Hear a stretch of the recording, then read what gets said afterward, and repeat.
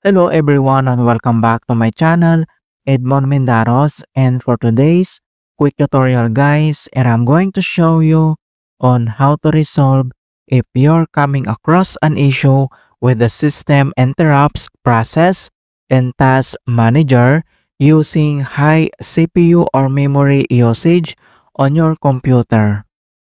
System interrupts appear as a Windows process in your task manager, but it's not really a process.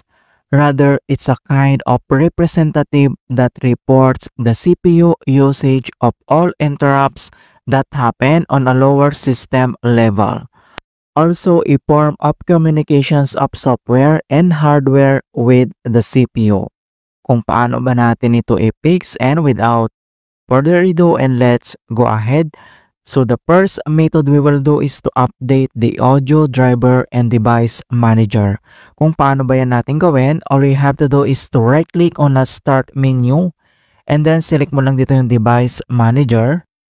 So once na open mo na tong device manager, kung paano ba natin i-update yung audio driver, ang next step ay kailangan mo lang i-select dito yung sound, video, and game controllers. And then makikita mo kaagad dito yung audio driver natin. So kailangan natin yan i-update. So kung paano ba i-update, so select and right click. And then click mo lang dito yung update driver. And then may dalawang option dito na pwede natin gawin, like search automatically for drivers and then browse my computer for drivers. And then itap mo lang tong search automatically and click mo lang yan.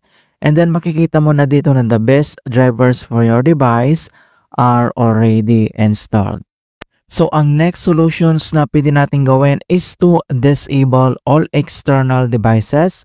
So same lang dito sa device manager. Ang next step ay kailangan mo lang i-select dito yung Universal Serial Bus Controller. So i-click mo lang yung arrow na yan para mag-expand.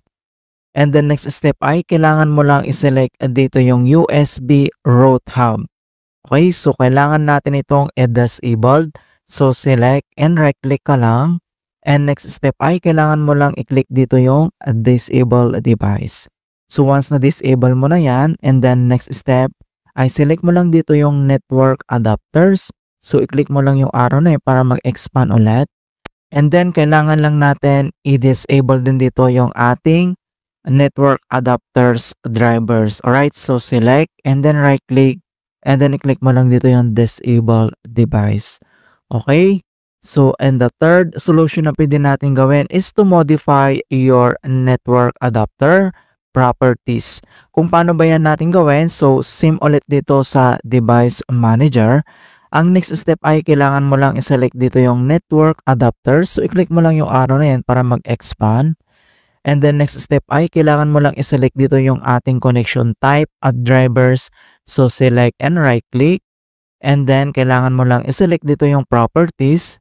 So once nag-pop up na itong properties, and the next step ay kailangan mo lang i-select dito yung advanced dito sa taas.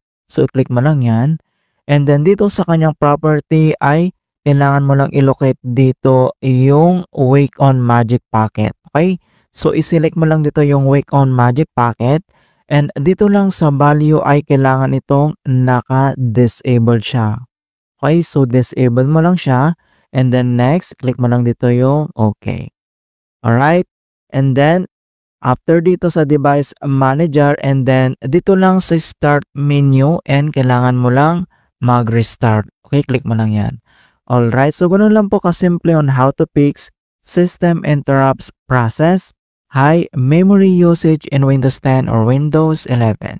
And please don't forget to like this video and subscribe to my channel for more quality content. Thank you guys and see you in my next tutorial.